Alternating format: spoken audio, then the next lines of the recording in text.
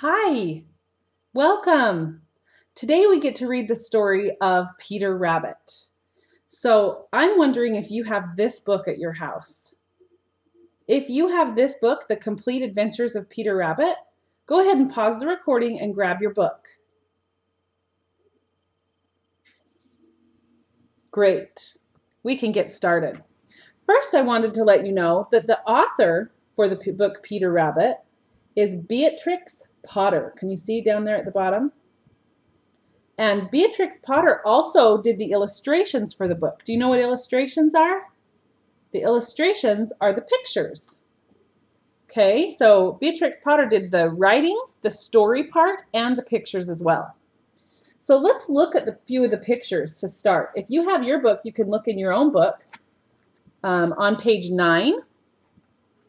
Or if you can't find your book, that's okay. You can look at mine. Okay, let's look at this and see if we can figure out what this story is going to be about. We can see some rabbits there. Who do you think that is? Looks like maybe a mama rabbit talking to the little rabbits. Okay, let's see what else. On the next page, maybe the mama rabbit is going somewhere, huh? Then it looks like the rabbits go somewhere as well. What do you think this story might be about? What do you think? Has anybody read the story of Peter Rabbit before? If you have, then you might know what happens, right? This one looks a little bit scary. Oh no, someone's almost going to stomp on that bunny. I wonder why. Well, we're going to read the first half of Peter Rabbit today. Okay, so here we go. Turn back to page 9. It looks like this. Okay. We're going to start reading, and I'll tell you when to turn the page, okay? Once upon a time, there were 4 little rabbits, and their names were Flopsy, Mopsy, Cottontail, and Peter. They lived with their mother in a sandbank underneath the root of a very big fir tree. "Now, my dears," said old Mrs. Rabbit one morning, "you may go into the fields or down the lane, but don't go into Mr. McGregor's garden. Your father had an accident there. He was put in a pie by Mrs. McGregor. Now run along and don't get into mischief. I am going out." Okay, turn the page. Should be on the page that looks like this. Then old Mrs. Rabbit took a basket and her umbrella and went through the wood to the baker's. She bought a loaf of brown bread and 5 currant buns. Flopsy, Mopsy, and Cottontail, who were good little bunnies, went down the lane to gather blackberries. But Peter, who was very naughty, ran straight away to Mr. McGregor's garden and squeezed under the gate. First he ate some lettuces and some French beans, and then he ate some radishes. Turn the page. And then, feeling rather sick, he went to look for some parsley.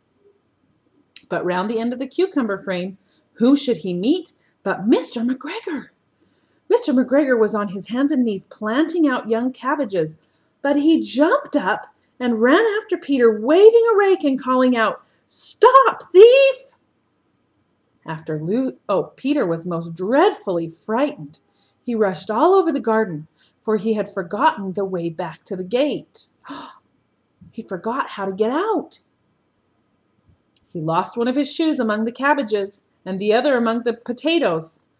After losing them, he ran on 4 legs and went faster, so that I think he might have got away altogether if he had not unfortunately run into a gooseberry net and got caught by the large buttons on his jacket. Can you see how he got caught? Right here in the net.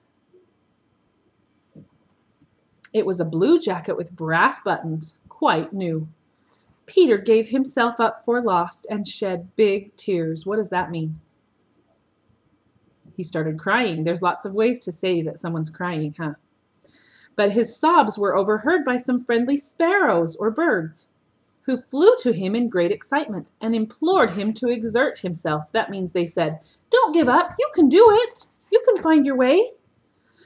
Mr. McGregor, turn the page. Mr. McGregor came up with a sieve, which he intended to pop upon the top of Peter, but Peter wriggled out just in time, leaving his jacket behind him, and rushed into the tool shed and jumped into a can. It would have been a beautiful thing to hide in if it had not had so much water in it. Mr. McGregor was quite sure that Peter was somewhere in the tool shed, perhaps hidden underneath a flower pot. He began to turn them over carefully, looking under each. Can you see right here? Can you see how he's looking?